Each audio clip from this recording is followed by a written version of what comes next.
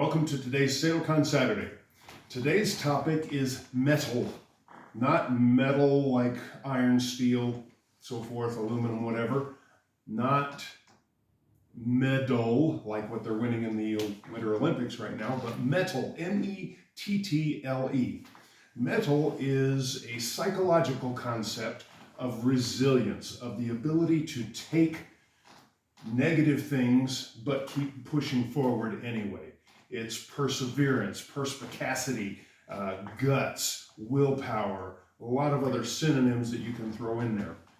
I had this conversation with Randy Haven, my student slash teacher of my grandkids in Oklahoma, our Seidokan brother, my Seidokan little brother, and he brought up the concept of toughness. Toughness is kind of associated with the concept of mettle, M-E-T-T-L-E, but a little bit different. Let me make a couple of examples. When you go to a movie and you see the hero punch a big bad guy and the bad guy just goes, that guy's tough. Not because of what he could dish out, but what he could take. It's even better when the bad guy punches the good guy and the good guy goes, yeah, my turn now. The my turn now is toughness, the ability to take it and keep moving forward as if nothing happened is mettle. And that's where I think we need to focus a little bit sometimes in our karate training. The conversation I had with Randy was about the lack of toughness in the martial arts world in general. There are a lot of karate people who train in studios or dojos, but I use that term loosely. They're more studios that never take a punch or hit anything hard or feel any real pain or go through anything difficult. The promotion tests are just, hey, here's your belt. Oh, happy, here's a stamp and here's a sticker and here's a patch. Reward systems are good. It's good to have a nice positive reward system. We have the belt system for that very reason. There's nothing wrong with rewards. But if we're losing the concept of toughness, or even better, mettle, in our martial arts training, then I think we're doing a disservice, because then the next generation gets weaker and they become the representative of the next generation, which gets weaker. And as a result, we have cute little 5-year-old black belts instead of back in the 70s, 80s, even before 60s, when being a black belt was considered feared and an awesome thing.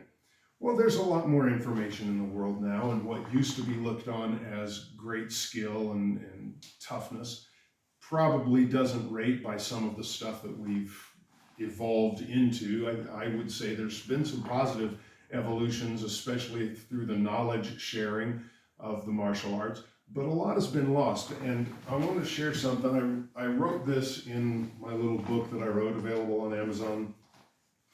Also up in the back, there is, on one of my kakemono, one of the scrolls, this one, I'll point out, you can see it back here now. This one says specifically, Michi wa shugyo desu. Michi is the path, or the do, like in dojo. The path is shugyo. Shugyo means hard or austere training or serious effort. It's in the same vein as the term gong fu or kung fu. The gong in kung fu means strength or power, and it has the symbol, the ka symbol, the kanji, which means strength. Signifies a flexed arm, basically, in the kanji. Kung fu means the ability to do something through hard work, skill achieved by hard training. It became synonymous with the martial arts, wushu, but kung fu literally means that you have acquired skill through hard training. Michi wa shugyo desu means the path is to train hard. Let me read an excerpt here, and I'm going to start with what Chibana Shoshin, the quote from Chibana Shoshin. Many of today's practitioners are too timid in their training. They train with only the thought of being able to finish and not the thought of progressing, pushing yourself to become better. Not just getting better because you showed up week after week, but actually making that serious effort. You must train hard if you want to progress. Michi wa shugyo desu. Otherwise, you are just a mediocre practitioner, and there are many of them. If you wish to learn mediocre karate, this is Chibana Choshin, so bear that in mind, go someplace else and do not waste my time. I elaborate on this a little bit, and I'm going to share some of this. It's important to understand there's a difference between pain and injury. While both hurt, one is temporary and the other often permanent. One promotes growth, as in growing pains. The other cripples, if only temporarily, and can leave lasting impairment. However, even a broken bone can heal to be just as strong or sometimes stronger than before if set and treated properly. Pain is to be embraced, or as it says on one of my Marine Corps gifted t-shirts, pain is just weakness leaving the body. Pain is to be embraced. Injuries are to be avoided. Injuries will happen in life and in training, but hopefully they'll be rare, and when they do, they'll be well treated. But pain will happen. No bodybuilder, successful athlete, anybody that has achieved anything is unfamiliar with the pain next day that lets them know that their previous day's work was effective. Pain, however, is subjective, and this is the point I wanted to get to. The threshold and tolerance of pain can be increased. So while we all start out, we cry, we get a paper cut, emotional pain. I just had this conversation with my wife. We have a cat who's going through some hospital stay right now and is almost 15 years old. We're looking at the end of life decisions for our 15-year-old long pet. We've gone through that with dogs before, and she said, that's why I don't want to get another pet. I can't go through that again. That pain, emotional, mental, physical, all of those pains can serve to make us stronger if we treat them properly. And so, as we look at martial arts and karate training, receiving pain keeps the martial arts humbly aware of the potential power of their own techniques. It also shows them the weakness of their own body. Raising the pain tolerance reduces the shock to the system, thus enhancing reaction time in the event of an actual crisis.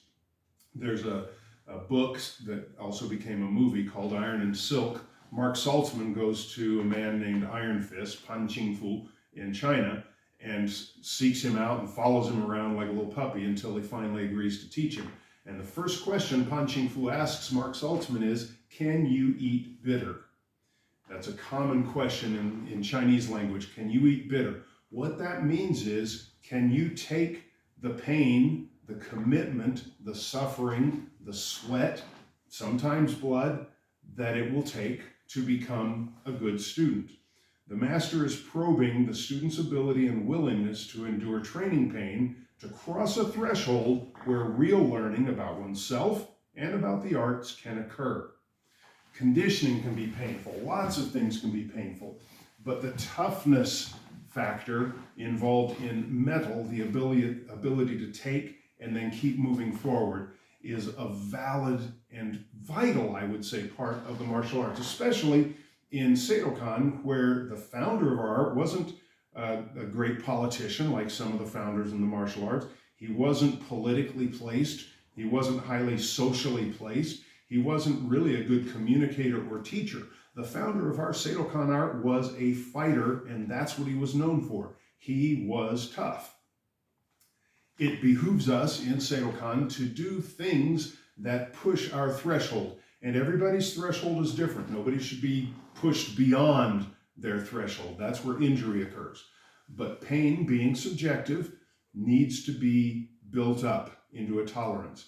And I've said many times, if somebody's trying to hit me, I'll take what I can take, let them walk away. And I've had people hit me until their fists hurt, kick me until I traded kicks, the old kick trading thing with a guy, and he kicked until his foot hurt, and that was fine. I didn't need to kick him and knock him down.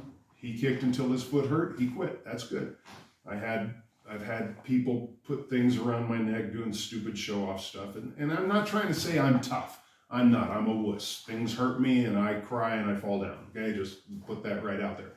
But I'm trying to do things through makiwara training, iron palm training, board hitting, knuckle push-ups, kata. I'm back in the gym finally so I can get rid of this big gut. I'm trying to do things that push me, and it hurts.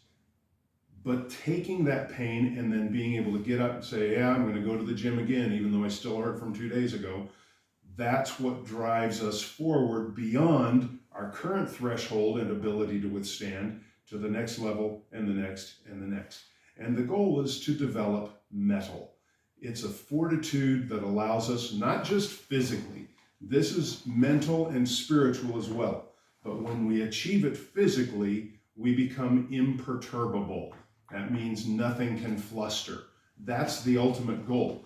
I heard once that the definition of a master is someone who can sit quietly in the middle of a burning room without getting flustered while everybody else is running crazy around him, and he can see clearly the path to the exit. Some of the toughest people you'll ever meet, such as Special Forces operators, Navy SEALs, SAS, those guys, Green Berets, people that I know personally and have trained with, they are the calmest, nicest, unflusterable guys you will ever meet because of what they have been through. I don't want to go through what they've been through. I don't want to put anybody through what they've been through. I know what I've been through, but the goal in my martial arts training and in teaching my students is to push just enough that they get a little bit further in their pain tolerance, both emotionally and as well as physically, so that they are inured, strengthened, forged, and able better to cope with life. Ultimately, that's what we want from our karate practitioners. My mission statement in my book, right in front of the little manual that I wrote, turn to it here, empowering our students to make a difference through classical martial arts training. I want to empower them. I want to empower myself. That's why I keep putting myself through hitting the iron palm and hitting the makiwara and punching the bag, doing the stretching and going to the gym. 66, almost 67 years old, we put ourselves through this. Nick Sensei, tough guy because he keeps going. Nothing can stop Nick Sensei. He just is a force of nature. Becoming that toughness that builds mettle that allows you to continue forward in spite of obstacles, in spite of pain, in spite of setbacks. That should be one of the main goals, in my opinion, of the martial arts. So I try to live up to that motto of my